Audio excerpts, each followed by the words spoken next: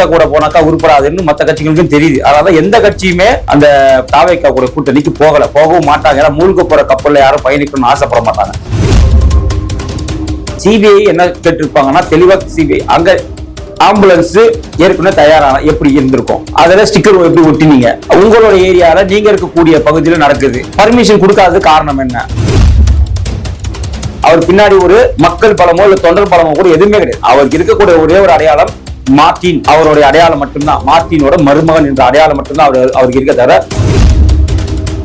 திமுக MLA தான் இருப்பாங்க. கண்டிப்பாக திமுக 8 சீட்டுமே அவங்க பானை சின்னத்தில் நிக்கிறதுக்கு ஒத்துக்க மாட்டாங்க. இவரு சூடு சொரணம் இல்லாம பாசிச பாஜக உள்ள வந்துடும், இந்தி உள்ள வந்துடும், மதத்தை வச்சு பிரிச்சிருவாங்கன்னு இவரை போய் சொல்லி ஏமாத்தி இதைத்தான் நடக்க போது பாருங்க. 8 சீட் மேல கொடுக்க மாட்டாங்க. அப்பாவி இஸ்லாமியர்களை கொண்டுட்டாங்க அப்படிதான் சொன்னீங்க. அப்ப ஆப்கானிஸ்தான்ல இருக்கிற அப்பாவி இஸ்லாமியர் கிடையாதா? அப்ப ஆப்கானிஸ்தான்ல இருக்கக்கூடிய இஸ்லாமியர் கிடையாதா? அவங்க முஸ்லீம் கிடையாதா? அவங்க தொப்புள் கூட உறவு கிடையாதா? நீங்க என்ன சொல்றீங்க? உலகத்துல எங்க இருந்தாலும் இஸ்லாமியர்கள் எங்களோட தொப்புள் கூட உறவுகள்.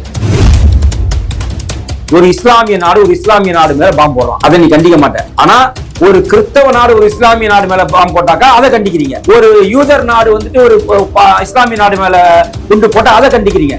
ஆனா ஒரு இஸ்லாமிய நாடு மேல குண்டு போட்டா கண்டிக்க மாட்டேங்கிறீங்க. தமிழகத்துல தேர்தல் நெருங்கி கொண்டிருக்கிறது. இந்த நேரத்துல பாத்தீங்கன்னா நாங்க தனிச்சுதான் போட்டியிட போறோம், எங்களுக்கு ஆஃபர் எல்லாத்தையும் நிராகரிச்சுட்டாரு எங்க தலைவர் அப்படின்னு சொல்லி ஆதவ அர்ஜுனா மேடையில பேசியிருக்காரு. 234 தொகுதியில் தனித்துதான் களம் காண்கிறாரு அப்படின்றது உறுதியாக இருக்கு. எப்படி பாக்குறீங்க சார்? இல்ல, முதல்ல ஆஃபர் யாரு கொடுத்தாங்களாமா? அவருக்கு யாரும் ஆஃபர் கொடுக்கலங்க. முதல்ல நம்ம ஒண்ணு புரிஞ்சுக்கணும். ஏடிஎம்கோ அவர்கிட்ட நாங்க கூட்டணி பேசுறோம்னு சொல்லல. பாஜகவுடைய அதிகாரப்பூர்வமாக இருக்கக்கூடிய எந்த தலைவரும், டெல்லியாக இருக்கட்டும் தமிழ்நாடாக இருக்கட்டும், யாருமே நாங்க விஜய் கூட பேசிக் கொண்டிருக்கிறோம் அப்படின்னு யாரும் சொல்லவும் இல்லை. சரிங்களா? அதே போல விஜய் தரப்புலையும் நாங்க ஏடிஎம்கே கூட பேசுறோம்னு சொல்லிட்டோம், நாங்க பிஜேபி கூட பேசுறோம்னு சொல்லிட்டோம், அவங்க தரப்புல யாருக்கிட்டே சொல்லல. அப்ப வேணுமென்னே விஜயை பூஸ்ட் பண்ணுங்கிறதுக்காக, விஜய் ஒரு பேசும் பொருள் ஆக்க வேண்டும் என்பதற்காக விஜய் கட்சியில் இருக்கக்கூடிய சில அள்ளி சில்லுகள்லாம் சேர்ந்துதான் எங்க தலைவர் கூட அவங்க பேசுறாங்க, எங்க தலைவர் கூட இவங்க பேசுறாங்க, எங்களுக்கு டெல்லியில இருந்து அழுத்தம் வருது, எங்களுக்கு தமிழ்நாட்டுல இருந்து அழுத்தம் வருது, ஏடிஎம்கே இருந்து அழுத்தம் வருதுலாம் பொய். யாரும் எந்த அழுத்தமும் கொடுக்கல. நாங்க தெளிவா இருக்கோம். என்டிஏ கூட்டணி இதுதான் அப்படின்னு நாங்க தெளிவா இருக்கிறோம். அதே போல மற்ற கட்சிகளோ தாவேக்கா கூட போனாக்கா உருப்படாதுன்னு மற்ற கட்சிகளுக்கும் தெரியுது. அதனால எந்த கட்சியுமே அந்த தாவேக்கா கூட கூட்டணிக்கு போகவும் மாட்டாங்க. ஏன்னா மூழ்க போற கப்பல்ல யாரும் பயணிக்கணும்னு ஆசைப்பட மாட்டாங்க. அது போலத்தான் இது நம்ம தெரிஞ்ச விஷயம் தான். தனித்து போட்டிடுவாங்க. ஏன்னா விஜய்க்கு கொடுக்கப்பட்ட முக்கிய அஜெண்டாவே திமுகவை திரும்பவும் அரியணையில ஏத்தணும். அவரு முதலமைச்சர் மு க ஸ்டாலின் தான் திரும்ப முதலமைச்சரா வரணுங்கிறதா விஜயோட அஜெண்டா. விஜய்க்கு கொடுக்கப்பட்ட வேலையே அதுதான். அதனாலதான் இப்ப என்னன்னா, இப்போ திமுகவுக்கு எதிரான வாக்குகள்லாம் ஒரே இடத்துல என்டிஏ கூட்டணிக்கு போயிடக்கூடாது என்பதற்காகத்தான் விஜயே இன்னைக்கு களத்தில் இருக்கிறாரு.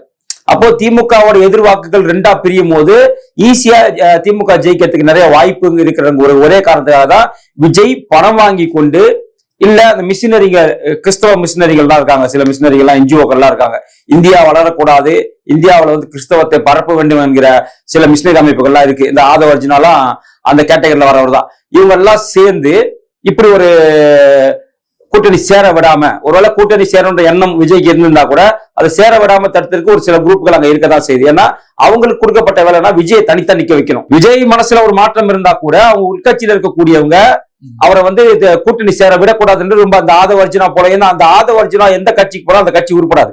உங்களுக்கு ஏற்கனவே தெரியும். இந்த ஆதவ அர்ஜுனா விடுதலை சிறுத்தைகள் இருக்கும்போது நல்லா போயிட்டு இந்த நட்புறவோடு இந்த திமுகவுக்கும் விடுதலை சிறுத்தைக்கும் சண்டையை மூட்டி விட்டு கடைசியில வெளியே வரக்கூடிய நிலைமையில வந்துருச்சு.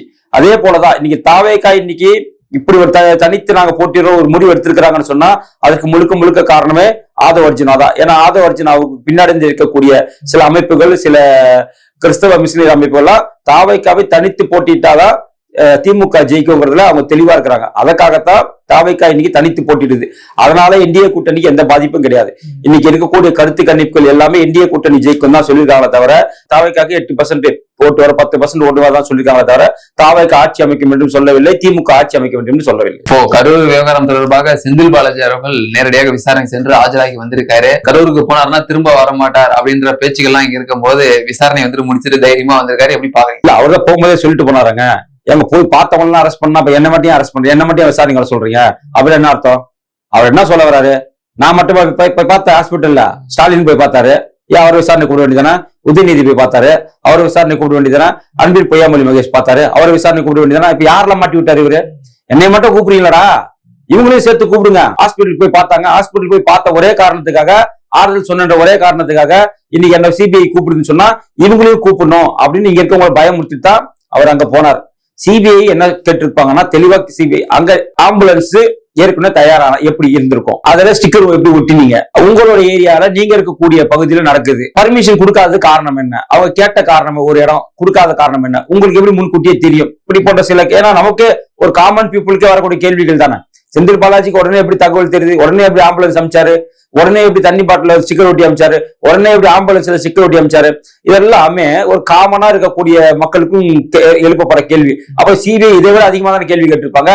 அதனாலதான் அவர் போகும்போது என்ன மட்டும் கூப்பிடாதீங்க, எங்க முதலமைச்சரும் கூப்பிடுங்க, எங்க துணை முதலமைச்சர் கூப்பிடுங்க, எங்க கல்வித்துறை அமைச்சரும் கூப்பிடுங்க, யாரெல்லாம் திமுக போய் ஆறுதல் சொன்னாங்களோ எல்லாரையும் கூப்பிடுங்கன்னு சொல்லிட்டு போயிருக்காரு. ஆனா போகும்போது ஒரு பதத்தோட போயிருப்பாரு. ஏன்னா போனதோட அப்படி போயிட்டு திரும்பி வரவே இல்லையா, அங்கேயே கைது செய்யப்பட்டு அப்படியே தானே இருந்தாரு.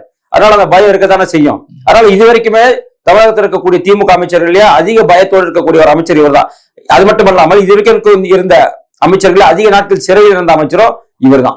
கட்சிக்கு அதிகமா சம்பாதிச்சு கொடுத்தது இவர் தான். அதிக நாள் சிறையில் இருந்தது இவர் தான். இன்னைக்கு பதவி இல்லாம இருக்கிறதும் இவர் தான். ஆதவ அர்ஜுனா குறித்து தொடர்ச்சியாக பாத்தீங்கன்னா மார்டின் குடும்பத்தை சார்ந்த சார்லஸ் மார்டின் நெருங்கிய உறவினர்களை வந்துட்டு ஒரு வெளியில வந்து குற்றம் சுமத்த நிலைமைக்கு வந்திருக்கு. என்ன காரணம் சார்? இப்போ சார்லஸ் மார்டின் வந்து மார்டினோட பையன், சரிங்களா? உங்களுக்கு தெரியும், ஆதவ அர்ஜுனா வந்துட்டு ஒரு ஜிம் கோச்சரா இருந்துட்டு அப்புறம் மார்டினுடைய பெண் அந்த ஜிம்முக்கு போகும்போது அப்போ பழக்கம் ஏற்பட்டு பெருசா பெரிய புடிங்கெல்லாம் கிடையாது. இவர் யாரு பெரிய அரசியல் பின்புலமோ இல்ல பெரிய பணக்கார இதுவோ பெரிய மன்னர் பரம்பு இப்படி எதுவுமே கிடையாது. ஆதவ அர்ஜுனா ஒரு காகிதம் பொறுக்கி உண்மையிலே சொல்றேன், அவ்வளவு ஒரு பெரிய ஆளே கிடையாது. ஆனா இன்னைக்கு ஏன் விஜய் வந்து அவர் தள்ள தூக்கி வச்சு ஆடினாரு தெரியல, ஏன் விடுதலை சித்தைகள் அவர் தள்ள தூக்கி வச்சு ஆடினாங்க தெரியல. ஏன்னா அவர்கிட்ட ஒண்ணுமே கிடையாது. எனக்கு அவர் ஒரு செலிபிரிட்டியும் கிடையாது, ஒரு கரிஷ்மாவும் அவர்கிட்ட கிடையாது. அவர் பின்னாடி ஒரு மக்கள் பலமோ இல்ல தொண்டர் பலமோ கூட எதுவுமே கிடையாது. அவருக்கு இருக்கக்கூடிய ஒரே ஒரு அடையாளம் மார்டின், அவருடைய அடையாளம் மட்டும்தான். மார்டினோட மருமகன் என்ற அடையாளம் மட்டும்தான் அவருக்கு இருக்க தவிர சொந்தமாக எந்த அடையாளமும் இல்லாத ஒரு கபோதி தான் அவர். சொந்தமா எந்த அடையாளமும் கிடையாது. தன்னை பிரபலப்படுத்திக் கொள்ள வேண்டும், தன்னை தான் முன்னிலைப்படுத்தணும். அதுதான் அவரு. இப்போ ஆதவ அர்ஜுனா பாத்தீங்கன்னா உங்களுக்கு தெரியும், விடுதலை சிறுத்தைகள் எவ்வளவோ சீனியர்ல இருந்தாங்க. உங்களுக்கு முத்துக்குமார், இவர் ரவிக்குமார் இருந்தாரு, நிறைய பேர்லாம் இருந்தாங்க. ஆளூர் ஷாநவாஸ் இருந்தாரு. ஆனா ஆதவ அர்ஜுனா அந்த கட்சிக்கு போனதுக்கு அப்புறம் ஆதவ அர்ஜுனா மட்டும்தான் பேசும் பொருளாக அந்த கட்சியில இருந்தார். நீங்க பாத்திருப்பீங்க, தினமும் திருமாவளவனை பத்தி உங்களுக்கு செய்தி வருதோ இல்லையோ, ஆனா ஆதவ அர்ஜுனா பத்தி செய்தி வரும். அப்படித்தான் அங்கேயே இருந்தார். தன்னை முன்னிலைப்படுத்திக்கணும், தன்னை பத்தி எல்லாருமே பேசணும், அது நெகட்டிவோ பாசிட்டிவோ அப்படிதான் இருக்கணும் அவர் நினைச்சாரு. ஆனா அங்க இல்ல, துரத்தி விட்டுட்டாங்க. இவன் சரிபட்டு வர மாட்டான், இவன் இருந்தாக்கா கட்சி உருப்படாது, துரத்தி விட்டுட்டாங்க. இங்கேயும் அவர் என்ன பண்றாரு, விஜயை பத்தின நியூஸ் வருதோ இல்லையோ, ஆனா இவரை பத்தின நியூஸ் வரணும் அப்படிங்கிற ஒரே காரணத்துக்காகத்தான் இவர் இந்த டைவர்ஸ் கேஸ் கூட எனக்கு தெரிஞ்சு இவரால்தான் வந்திருக்கும்னு நினைக்கிறேன். அதே போல த்ரிஷாவும் விஜயும் கூட ஒரே மேடையில ஒரு கல்யாணத்துக்கு போனது கூட இவருடைய தூண்டுதல் பேர் தான் இருக்கும்னு நினைக்கிறேன். இந்த மாதிரி சில்லறத்தனமாக யோசிக்கக்கூடிய ஒரு தலைவராகத்தான் ஆதவ அர்ஜுனா இருக்காரு. ஏன்னா உங்களுக்கு யாரை சீண்டுனா நம்ம பெரிய ஆளாயிரும்னு அவருக்கு தெரியுது. அதனால ரஜினிகாந்தை சீண்டி இருக்கிறார். அப்ப ரஜினிகாந்தை சீண்டினால் யாரெல்லாம் கண்டனம் தெரிவிப்பாங்கன்னு தெரியும். அப்ப ஆதவ அர்ஜுனா, நான் ஒரு ஆதவ அர்ஜுனா என்ற நான் என்ன யாரெல்லாம் பேசுறாங்க பத்தியா, நான் ஒரு பேசும் பொருளாக மாறணும், நான் தமிழக அரசியல்ல வந்து ஒரு பேசும் பொருளாக மாறணும் அப்படின்ற ஒரே காரணத்துக்காக தான் பெரிய ஆளுங்களை தொட்டாதான் இவரும் பெரிய ஆளா முடியுங்கிறதுனால இன்னைக்கு ரஜினிகாந்தே அவரு பேசிட்டு திரும்ப மன்னிப்பு கேட்டுக்காரு. ஏற்கனவே எடப்பாடி பழனிசாமி அவர்களே அப்படிதான் பேசிட்டு மன்னிப்பு கேட்டவர் தான் இந்த ஆதவ அர்ஜுனா. அப்போ மன்னிப்பு என்ற ஒரு எழுத்த கழுத்துல மாட்டிக்கொண்டு தொங்கக்கூடிய டிவிகே உடைய ஒரு நம்பர் 1 ஃப்ராட் தலைவராக தான் இன்னைக்கு இவர் இருக்கிறார். ஆனா இவரை நம்பி எப்படி விஜய் அவர் அந்த பதவியை கொடுத்தாருன்னு தெரியல. ஏன்னா இவர்கள் தேர்தல் பரப்புரை பொதுச் செயலாளர் இவர். அப்ப எப்படி இந்த நம்பர் இதை கொடுத்தாரு? ஏன்னா இவர் போற இடம் எதுவுமே உருப்படாது. எனக்கு தெரிஞ்சு ஆதவ அர்ஜுனா எந்த இடத்துல இருக்காரோ அந்த இடம் உருப்படாது. அது டிவிகேக்கும் பொருந்தும். இன்னைக்கு கூட்டணி இல்லாம நீ தனித்து விடப்பட்டதுக்கும் காரணம் ஆதவ அர்ஜுனா தான். ஆதவ அர்ஜுனா சொல் பேச்சை விஜய் கேட்கும் வரை அந்த கட்சிக்கு வளர்ச்சியோ விடிவோ கிடையாது. திமுக கூட்டணியை பொறுத்த வரைக்கும் தொகுதி பங்கீடு தொடர்பான அந்த கையெழுத்துன்ற பாத்தீங்கன்னா நிறைவேற்ற வந்துட்டு இருக்கு. ஒவ்வொரு கட்சிகளும் நடந்துட்டு வந்துட்டு இருக்கு. இப்போ திருமாவளவனுக்கு நிறைவேற்ற இருக்கிறது எப்படி பாக்குறீங்க சார் நீங்க?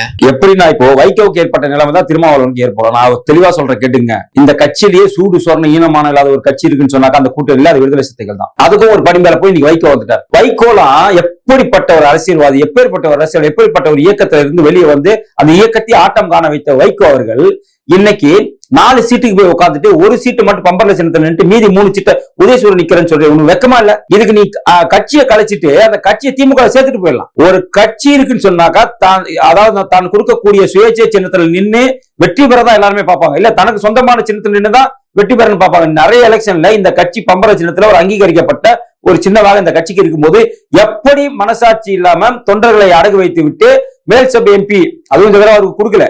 மேல் சபை எம்பி கொடுத்திருந்தா கூட இது நீங்க காம்ப்ரமைஸ் ஆனீங்கன்னு சொன்னாங்க, அது ஒத்துக்கலாம். உங்களுக்கு கிடைக்க வேண்டிய மேல் சபை எம்பியை கூட கமலஹாசன் கொடுத்தது இந்த திமுக கட்சி. அப்படி இருக்கும் போதும் சரி, எந்த அடிப்படையில இவர் 3 சீட்டு உதயசூரியன் நிக்கிறார் சொன்னாரு தெரியல. அந்த அளவுக்கு சூடு சொன்ன ஈனமானம் கட்டி போய் இப்படி அரசியல் கட்சி நடத்த வேண்டும் என்ற அவசியம் வைகோக்கு ஏன் ஏற்பட்டதுன்னு தெரியல. இதே நிலைமை தான் திருமாவளவனுக்கு ஏற்படும். எனக்கு தெரிஞ்சு திருமாவளவன் 2 இலக்கத்துல எல்லாம் கொடுக்க மாட்டாங்க. 8 சீட்டு கொடுக்குறது பெரிய விஷயம். அந்த 8 சீட்டு கொடுத்தா கூட அவர் சொந்தமான அந்த பானை சின்னத்துல நிப்பாராங்கிறது கூட கேள்விக்குறிதான். அந்த 8 சீட்ல கூட 4 சீட்டு நீ பானை சின்னத்துல நின்று அவங்களுக்கு தெரியும். கடைசியில் எம்பி எலெக்ஷன்ல கூட அவர் வந்து ஒரு சீட்டு வந்துட்டு பானை சின்னத்துல, ஒரு சீட்டு வந்து உதயசூரியன் சின்னத்துல நின்னாங்க. இன்னி வரைக்கும் கூட ஒரு எம்பி வந்துட்டு உதயசூரியன் சின்னத்துல நின்றனால அது திமுக எம்பியா தான் கருதப்படுவாங்க. அப்போ இவங்க எம்எல்ஏவும் அவர் பிரிச்சு கொடுக்கும் போது அப்ப இவருக்கு சொந்தமான அந்த எம்எல்ஏக்கள் 8 பேர் 8 சீட்டு கொடுக்குறாங்கன்னா 4 எம்எல்ஏக்கள் விடுதலை சிறுத்தைகள் எம்எல்ஏக்களும் 4 எம்எல்ஏக்கள் திமுக எம்எல்ஏ தான் இருப்பாங்க. கண்டிப்பாக திமுக 8 சீட்டுமே அவங்க பானை சின்னத்துல நிக்கிறதுக்கு ஒத்துக்க மாட்டாங்க. இவரு சூடு சொன்ன இல்லாம பாசிச பாஜக உள்ள வந்துடும், இந்தி உள்ள வந்துடும், மதத்தை வந்து வச்சு பிரிச்சிருவாங்க இவரை போய் சொல்லி ஏமாத்தி இதைத்தான் நடக்க போது பாருங்க. 8 சீட்டுக்கு மேல கொடுக்க மாட்டாங்க. சமீபத்துல பாகிஸ்தான் ஆப்கானிஸ்தான் இடையே நடந்த போர்ல பாத்தீங்கன்னா கிட்டத்தட்ட 400 பேர் வந்துட்டு உயிரிழந்திருக்காங்க. இங்க ஈரானுக்கும் இஸ்ரேலுக்கும் போர் தொடங்கிய போது இங்க போராட்டம் எல்லாம் அறிவிச்சிருந்தாங்க, இஸ்ரேலுக்கு எதிராக போரை வந்து கைவிடணும் அப்படின்லாம் சொல்லிட்டு. இந்த சம்பவத்துல யாருமே வந்துட்டு ஒரு குரலே இல்லாம இருக்கே, எப்படி பாக்குறீங்க? இல்ல அதுதான் சார். இப்போ ஒரே ஒரு விஷயம் தான் நம்ம புரிஞ்சுக்கணும். என்னன்னா, பாகிஸ்தான் நேற்று இரவு ஆப்கானிஸ்தான் மேல குண்டு போடுறான், அதுவும் மருத்துவமனை மேல போடுறான். அந்த மருத்துவமனையில யாரு இருக்கானாக்கா, போதை மறுவாழ்வு மையத்துல சிகிச்சை பெறக்கூடிய 2000 படுக்கை வசதிகள் கொண்ட ஒரு மருத்துவமனை. அந்த மருத்துவமனையில 400 பேர் கொல்லப்படுறாங்க, 300 பேர் படுகாயமடைந்து இன்னைக்கோ நாளைக்கோ அங்க இருக்கிறாங்க. அப்போ அவர்கள் இஸ்லாமியர்கள் தானே. அந்த ஆப்கானிஸ்தான்ல கொல்லப்பட்டவர்கள் இஸ்லாமியர்கள் தான், ஈரான்ல கொல்லப்பட்டவர்கள் இஸ்லாமியர்கள் தான், பாலஸ்தீனத்தில் கொல்லப்பட்டவர்கள் இஸ்லாமியர்கள் தான். அப்போ பாலஸ்தீன இஸ்லாமியர்களுக்காக அப்பாவி இஸ்லாமியர்களை கொண்டு விட்டார்கள் என்று போராடிய இங்க இருக்கக்கூடிய பிரிவினைவாத அடிப்படைவாத திமுக கூட்டணி கட்சிகள், ஈரானில் இருக்கக்கூடிய காமேனியை கொல்லப்பட்டதற்காக அங்க இருக்கக்கூடிய குழந்தைகள் பள்ளி மீது பாம்பு போட்டான் அப்படின்னு சொல்லிட்டு போராடிய பிரிவினைவாத அடிப்படைவாத திமுகவுடைய கூட்டணி கட்சிகள், முக்கியமாக இஸ்லாமிய இயக்கங்கள். அதுவும் ஏன் இவங்க முக்கியமா காரணம் சொன்னாங்கன்னா, அப்பாவி இஸ்லாமியர்களை கொண்டுட்டாங்க அப்படிதான் சொன்னீங்க. அப்ப ஆப்கானிஸ்தான்ல இருக்கிற அப்பாவி இஸ்லாமியர் கிடையாதா? அப்ப ஆப்கானிஸ்தான்ல இருக்கக்கூடிய இஸ்லாமியன் கிடையாதா? அவன் முஸ்லீம் கிடையாதா? அவங்க தொப்புள் உறவு கிடையாதா? நீங்க என்ன சொல்றீங்க? இந்தியா உலகத்துல எங்க இருந்தாலும் இஸ்லாமியர்கள் எங்களோட தொப்புள் கூட உறவுகள், அவங்களுக்காக நாங்க ஆதரவு தெரிவிப்போம்னு சொல்லிட்டு இன்னைக்கு பாகிஸ்தானை கண்டிக்க வக்கு இல்லாத ஒரு பிரிவினைவாத அடிப்படைவாத அமைப்புகளாக இங்க இருக்கக்கூடிய அது மனிதநேய மக்கள் கட்சியாக இருக்கட்டும், எஸ்டிபியாக இருக்கட்டும், தவ்ஹீத் ஜமாத்தாக இருக்கட்டும், ஏன் அவங்களுக்கு சொம்படிக்கக்கூடிய விடுதலை சிறுத்தைகளாக இருக்கட்டும், ஏன் நீங்க எல்லாம் இது வரைக்கும் பாகிஸ்தானை கண்டிக்கல? ஏன்னா பாகிஸ்தானுக்கும் இந்தியாவுக்கும் ஆகாது. அப்போ பாகிஸ்தானுக்கு இந்தியாவுக்கும் ஆகாதுனாக்கா இந்தியாவுக்கு எவன் எதிரியோ அவன் இவனுக்கு நட்பு. இங்க இருக்கக்கூடிய திமுக கூட்டணி கட்சிகளாக இருந்தாலும் சரி, இங்க இருக்கக்கூடிய இஸ்லாமிய இயக்கங்களாக இருந்தாலும் சரி, இந்தியாவுக்கு எந்த நாடு எதிரி நாடாக இருக்கிறதோ அந்த நாடுகள் இவர்கள் நட்பு நாடுகளா இருப்பாங்க. அதனால்தான் இவங்க எப்பவுமே அந்த நாட்டுகளை கண்டிக்க மாட்டாங்க. உதாரணமாக இவங்க பாகிஸ்தானை கண்டிக்க மாட்டாங்க, ஏன்னா பாகிஸ்தான் இந்தியாவுக்கு எதிரி நாடு. இதே சைனாவையும் கண்டிக்க மாட்டாங்க, ஏன்னா சைனாவும் இந்தியாவுக்கு எதிரி நாடு. அப்ப இந்தியாவுக்கு எதிரி நாடுகள் எந்தெந்த நாடுகள் இருக்கோ அந்த நாடுகள் எல்லாம் இங்க இருக்கக்கூடிய திமுகவாக இருக்கட்டும், காங்கிரஸாக இருக்கட்டும், யாரா இருந்தாலும் கண்டிக்க மாட்டாங்க. இதே இப்ப நான் என்ன கேக்குறேன்னா, ஒரு இஸ்லாமிய நாடு மேல பாம்பு போடுறான், அதை நீ கண்டிக்க மாட்டேன். ஆனா ஒரு கிறிஸ்தவ நாடு ஒரு இஸ்லாமிய நாடு மேல பாம்பு போட்டாக்கா அதை கண்டிக்கிறீங்க. ஒரு யூதர் நாடு வந்துட்டு ஒரு இஸ்லாமிய நாடு மேல குண்டு போட்டா அதை கண்டிக்கிறீங்க. ஆனா ஒரு இஸ்லாமிய நாடு மேல குண்டு போட்டா கண்டிக்க மாட்டேங்கிறீங்க. ஏன்னா இன்னைக்கு ஈரான் வளைகுடா, இன்னைக்கு நம்ம இவ்வளவு பிரச்சனைக்கு காரணம் என்ன?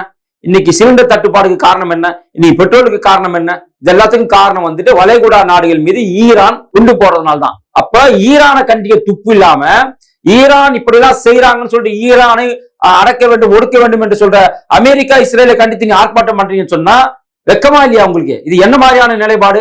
அப்போ வளைகுடா நாடுகள் இருக்கக்கூடியவங்க இஸ்லாமியர்கள் கிடையாதா? அவங்க யார்? அப்போ ஈரான்ல இருக்கவங்க மட்டும் தான் இஸ்லாமியனா? பாலஸ்தீனத்துல இருக்க மட்டும் தான் இஸ்லாமியனா? அப்போ ஆப்கானிஸ்தான்ல பாதிக்கப்பட்ட இஸ்லாமியன் கிடையாதா? வளைகுடா நாடுகளில் பாதிக்கப்படக்கூடியவங்க இஸ்லாமியன் கிடையாதா? வளைகுடா நாடுகள்ல பாதிக்கப்பட்டாக்கா இந்தியாவிலும் பாதிப்பு இருக்கும். ஏன்னா இந்தியாவில் அப்ப யாரு இஸ்லாமியர்கள் இல்லையா? இந்தியாவில் இருக்கக்கூடிய இஸ்லாமியர்கள் நிறைய பேர் இன்னைக்கு பிரியாணி கடை வச்சிருக்க முக்காவாசி பேர் யாரு? இஸ்லாமியர்கள் தான் வச்சிருக்கீங்க. இன்னைக்கு சிலிண்டர் தட்டுப்பாடு இருக்கு. அப்ப அந்த சிலிண்டர் தட்டுப்பாடு காரணம் யாரு? ஈரான். அப்ப ஈரானையா நீங்க கண்டிக்க மாட்டேங்கிறீங்க? அமெரிக்காவையும் இஸ்ரேலையும் கண்டிக்கக்கூடிய நீங்க இன்னைக்கு சிலிண்டர் தட்டுப்பாடுக்கு முக்கிய காரணம் யாரு? ஈரான். ஈரானையா கண்டிக்கல. ஆனால் நரேந்திர மோடி அவர்கள் ராஜதந்திர ரீதியில ஒரு பக்கம் ஐநா சபையில ஈரானுக்கு எதிரான தீர்மானத்தை நாம நிறைவேற்றுறோம். என்ன தீர்மானத்தை நிறைவேற்றோம்னா, வளைகுடா நாடுகள் மீது ஈரான் தாக்குதல் நடத்துகிறது, அதை நாங்கள் வன்மையாக கண்டிக்கிறோம்னு நாம ஒரு தீர்மானத்தை கொண்டு வரோம். ஏன்னா வளைகுடா நாடுகளாலதான் இன்னைக்கு எரிபொருள் தேவையை பூர்த்தி செய்து கொண்டிருக்கிறார்கள். அதனால நாம அந்த பொதுப்படை அடிப்படையில் நாம கொடுக்கிறோம். இந்த பக்கம் அந்த ஹார்முஸ் நீர் வழியாக நாம 2 கப்பல் நம்ம கொண்டு வரோம். அதுக்கு திமிர் பிடித்த ஆணவம் பிடித்த அந்த ஈரான் என்ன சொல்றான்னா, நாங்க இந்திய அரசாங்கத்திற்காகவோ இந்திய பிரதமருக்காகவோ நாங்க அந்த ஹார்முஸ் நீரை திறந்து விடல, எங்களுக்காக துணை நின்ற, எங்களுக்கு ஆதரவாக கண்டன குரல்கள் எழுப்பிய இந்திய மக்களுக்காக கொடுக்கிறோம். ஒட்டுமொத்த இந்திய மக்கள் உங்களுக்கு ஆதரவு தெரிவிக்கல, இங்க இருக்கக்கூடிய பிரிவினைவாத அடிப்படைவாத தீவிரவாதிகளை ஆதரிக்கக்கூடிய, ஏன்னா ஈரான் நாடும் தீவிரவாதத்தை ஆதரிக்கக்கூடிய நாடுதான். ஈரான் நாடுதான் ISIS பயங்கரவாதிகளுக்கு பண உதவியும் ஆயுத உதவியும் கொடுக்குறாங்க. அதே போல பாலஸ்தீனத்தில் இருக்கக்கூடிய ஹமாஸ் தீவிரவாதிகளுக்கும் பண உதவி ஆயுத உதவி கொடுக்கிறது ஈரான் தான். அதே போல லெபனான்ல இருக்கக்கூடிய ஹிஸ்புல்லா தீவிரவாதிகளுக்கும் ஆயுத சப்ளையும் பொருளாதாரமும் கொடுக்கிறது ஈரான் தான். அப்போ ஒட்டுமொத்தமாக உலகத்தில் இருக்கக்கூடிய அனைத்து தீவிரவாத இயக்கங்களுக்கும் பணம் கொடுத்து அவங்களை ஊக்குவிக்க கூட்டு அவங்க ஆயுதமும் கொடுக்கக்கூடிய ஒரு நாடு ஈரான். அப்ப அப்படிப்பட்ட ஈரான் நாட்டை இந்தியா எப்படி ஏற்றுக்கொள்ளும்? அப்படிப்பட்ட ஈரான் நாட்டுக்கு சாதகமாக இப்படி இந்தியா எப்படி நடந்து கொள்ளும்? அப்ப இங்க இருக்கக்கூடிய சில அமைப்புகள் சில கட்சிகள் அவங்களுக்கு ஆதரவா பேசுறாங்கன்னு சொன்னா, அப்ப இவர்களும் தீவிரவாதிகளுக்கு ஆதரவாக இருக்கக்கூடியவர்களை தான் நம்ம கருத முடியும். அப்ப இவர்களோட நிலைப்பாடு என்ன? இந்தியாவை எதிர்க்கக்கூடிய எந்த நாடா இருந்தாலும் அவங்க இவங்களுக்கு நட்பு நாடு, இவங்களுக்கு நட்பு. அது காங்கிரஸாக இருக்கட்டும், திமுகவாக இருக்கட்டும், இங்க இருக்கக்கூடிய இஸ்லாமிய இயக்கங்களாக இருக்கட்டும், இவங்களுக்கு என்ன பிரச்சனைனா பாகிஸ்தான் இந்தியாவை எதிர்க்கும். அதனால பாகிஸ்தான் எத்தனை ஆயிரக்கணக்கான முஸ்லீமை கொன்னா கூட இவங்க கேட்க மாட்டாங்க. ஆனா இந்தியாவும் அமெரிக்காவும் நட்பு நாடுனாக்கா, அமெரிக்கா இஸ்லாமிய நாடுகளை கொண்டு போட்டா அவன் கண்டிப்பான், கேட்டா நாமளும் அவன் நட்பு நாடு. அப்ப இது என்ன மாதிரியான நிலைப்பாடு? அப்ப செத்த முஸ்லீம்னு உங்களுக்கு பிரச்சனை இல்லை, எவன் கொண்டு போறான்றதான் பிரச்சனை. இவங்களுக்கு தொப்புள் கொடி உறவுன்னு சொல்றதா பொய். இஸ்லாமியர்கள் தொப்புள் கொடி உறவு, இஸ்லாமியர்கள் போராட்டம் சொல்றதா பொய். இவங்களுக்கு யார் குண்டு போடுறான்றதான் இவங்களுக்கு முக்கியமே தவிர செத்தவன் யாருன்றது இவங்களுக்கு முக்கியம் கிடையாது. அது திருமாவளவனாக இருக்கட்டும், கம்யூனிஸ்டாக இருக்கட்டும், காங்கிரஸாக இருக்கட்டும், திமுகவாக இருக்கட்டும்.